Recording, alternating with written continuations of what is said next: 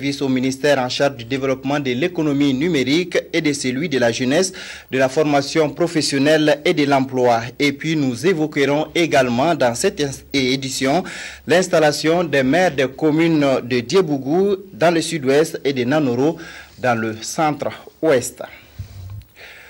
Le ministère du développement de l'économie numérique et des postes a un nouveau secrétaire général. Lamoussa Ouedraogo a été officiellement installé dans ses fonctions le 13 février dernier, le point de la cérémonie de passation de charge avec Ramatou Zida et Nyarkiteda. Cet échange de parapheurs marque l'installation de Lamoussa Ouedraogo dans sa nouvelle fonction. Il est désormais le secrétaire général du ministère du Développement, de l'économie numérique et des postes. Une charge qu'il reçoit avec humilité tout en comptant sur l'appui de ses collaborateurs pour mener à bien sa mission. Je mesure toute la responsabilité qui m'a été confiée. Monsieur le ministre, je prends l'engagement de servir avec loyauté, disponibilité et compétence, avec bien sûr votre soutien et sous votre leadership. Je prie le Seigneur de me donner la sagesse et l'appui nécessaire à l'accomplissement de ma mission. Installé à ce poste en février 2010 et reconduit en juillet 2011 suite à la fusion du ministère des Transports et celui de l'économie numérique, le secrétaire général sortant, Joachim Meda, a saisi l'opportunité de la rencontre pour faire le bilan de ses deux mandats ainsi que l'état des lieux.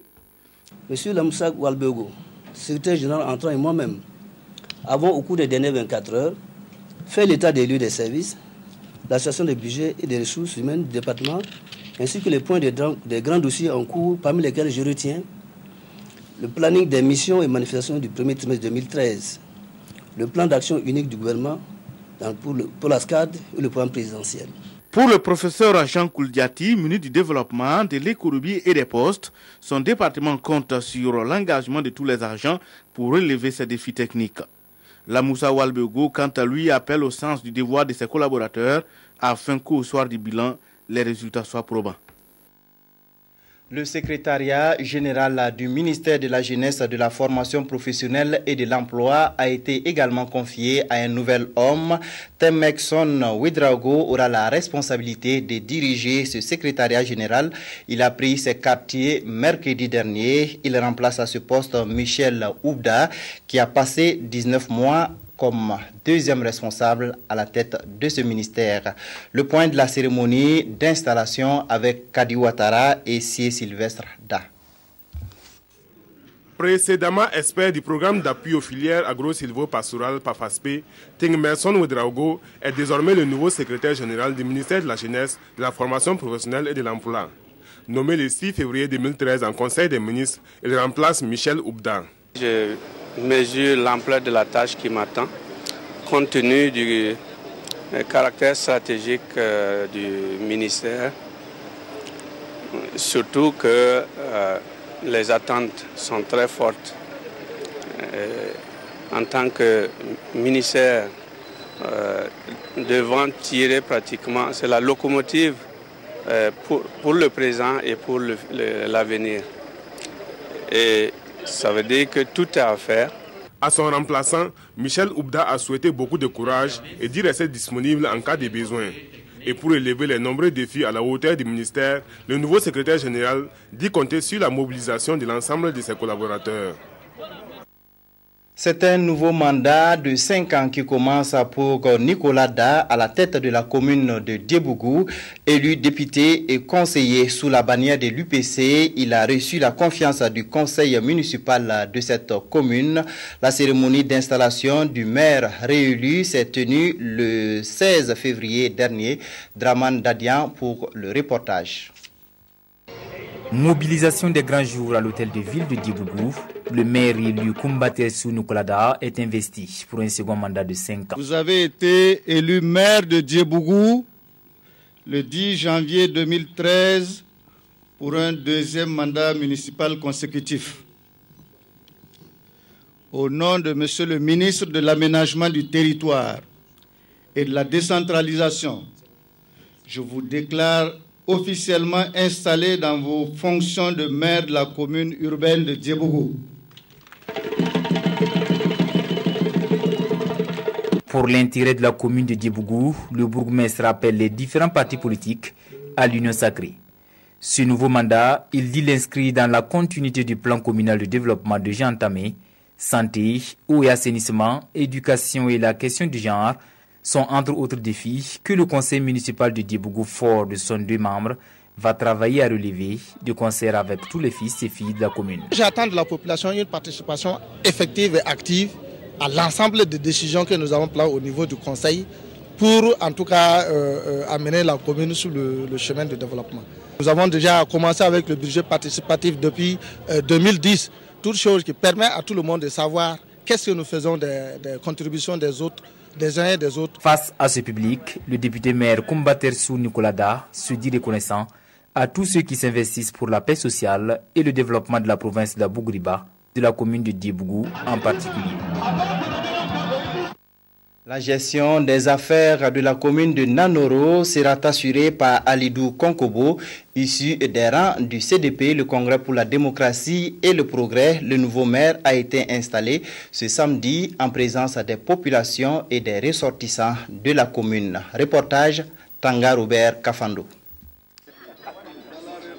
Écharpe nouée autour de la taille, la clé de la cité à main, c'est lui, Alidou Kondombo, qui présidera désormais à la destinée de la commune rurale de Nanoro dans la province de Bulkemde.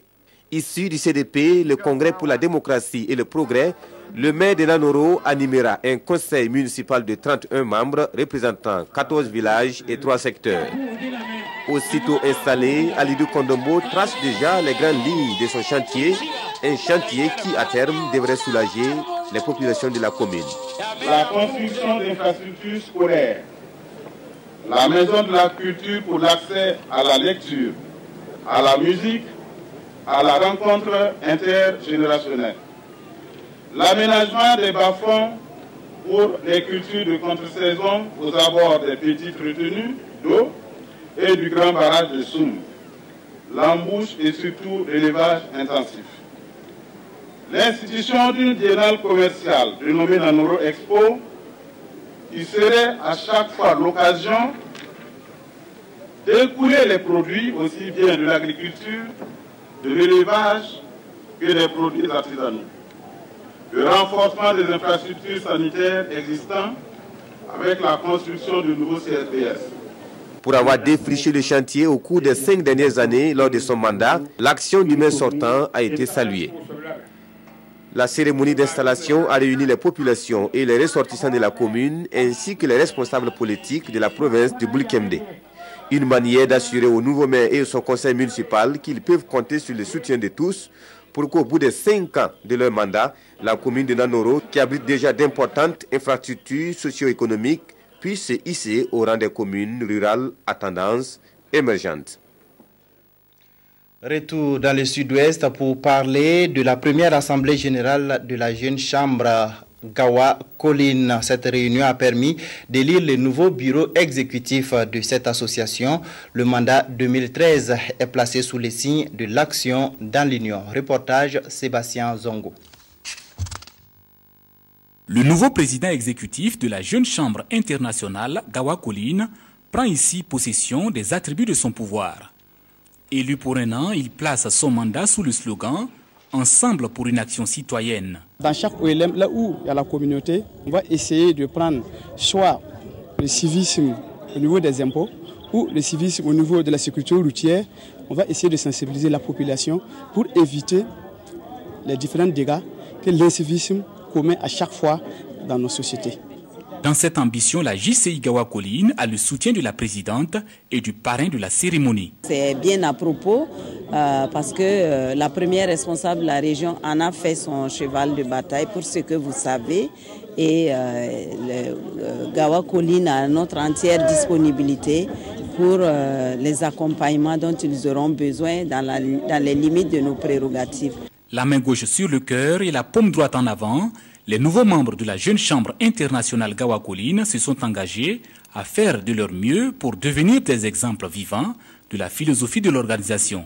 Ils ont été invités à cultiver en eux l'esprit des 3 C du leader, le C de la connaissance, le C de la compétence et le C du comportement. La jeune chambre va vous permettre de devenir de meilleures personnes, de meilleurs jeunes dans la cité de Gawa. Parce que vous allez vous intéresser aux soucis des Gawa. Vous allez réfléchir à comment trouver des solutions. Et quand vous allez trouver les solutions, vous allez réfléchir à comment les mettre en œuvre. C'est ce qu'on attend de vous. Et c'est en cela que vous arriverez à faire grandir JCI Gawa. Créée depuis 2001, la JCI Gawa Colline est l'une des 33 organisations locales de jeunes de 18 à 40 ans de la Jeune Chambre internationale du Burkina. Une soirée à l'honneur des amoureux a été organisée le 14 février dernier, jour de la Saint-Valentin, dans l'espace aéré du Sénasa. Elle a été marquée par des prestations d'artistes et des témoignages de couples, une autre manière de célébrer l'amour et surtout de le partager. Reportage Ramatou Zida et Tanga Robert Kafando. Issouf et Thérèse Doro totalisent 41 ans de vie commune. Et c'est le couple à l'honneur à cette soirée dédiée aux amoureux, organisée ce 14 février, jour de la Saint-Valentin. Ce sont des moments de bonheur, mais aussi des nuages qui ont jalonné ce parcours.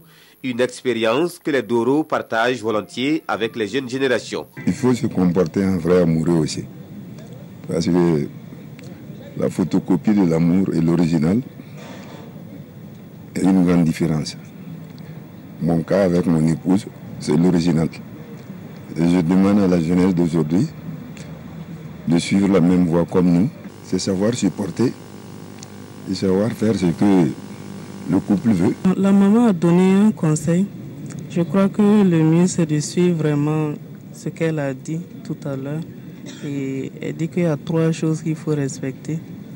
Et on va essayer de prendre vraiment leur exemple. Sincèrement, j'ai été très émerveillé de voir M. Bourou et son témoignage par rapport à tout ce qu'il a fait pour son épouse infirme. Vraiment, c'est un bon exemple pour nous. Et je pense que nous allons prendre cet exemple également pour mieux fonder notre foyer. La soirée a vibré aux couleurs et au son de l'amour. Valentin et Valentine ont témoigné chacun à sa manière son attachement à son bien-aimé.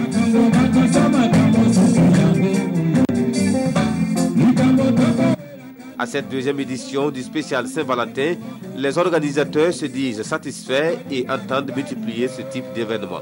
Moi-même, j'ai été surpris de l'engouement et je crois qu'on ne peut que s'améliorer pour les futurs Saint-Valentin. De plus en plus, cet espace sera connu et nous avons retenu vraiment des dates clés, notamment la Saint-Valentin, le 8 mars, et puis d'autres dates clés, le 11 mai, l'anniversaire de la mort de Bob Marley, pour vraiment amener du monde et puis commémorer ces grandes dates. Selon toute vraisemblance, la fête de la Saint-Valentin est célébrée en l'honneur d'un prêtre du nom de Saint-Valentin qui aurait bravé des interdits royaux du temps de la Rome antique. Au prix de sa vie, il a défendu les vertus de l'amour et célébré des mariages. Ainsi, à sa mémoire, le 14 février fut consacré fête de la Saint-Valentin ou fête de l'amour. Les fidèles musulmans de Tampuy à Ouagadougou ont célébré Mouloud en différé dans la nuit du 8 au 9 février dernier. Au-delà des prêches et des prières, cette commémoration de la naissance du prophète Mohamed a permis de rappeler les fondements de la foi islamique et de formuler des bénédictions pour 2013. Ramatou Zida et Tanga Robert Kafando. C'est une nuit qui rappelle la naissance du prophète Mohamed. Ici à Tampuy, dans l'un des arrondissements de Ouagadougou, les fidèles musulmans ont célébré Mouloud à travers prières et lectures du Saint-Coran.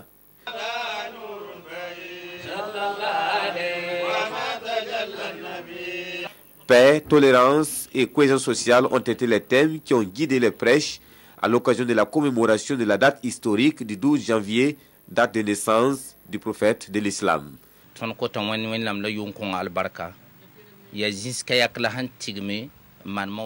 Nous prions Dieu afin qu'il fasse de cette année une année de paix. Le Mouloud est fêté à plusieurs endroits aujourd'hui pour célébrer Dieu et son prophète.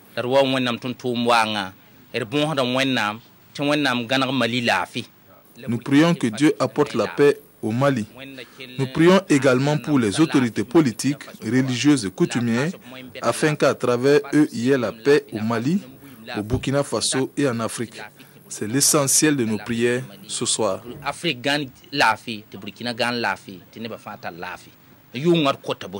Instauré au Burkina Faso depuis 100 ans sous le cheikh Aboubakar Maïga I de Ramatoulaye, Mouloud est aujourd'hui célébré sur toute l'étendue du territoire.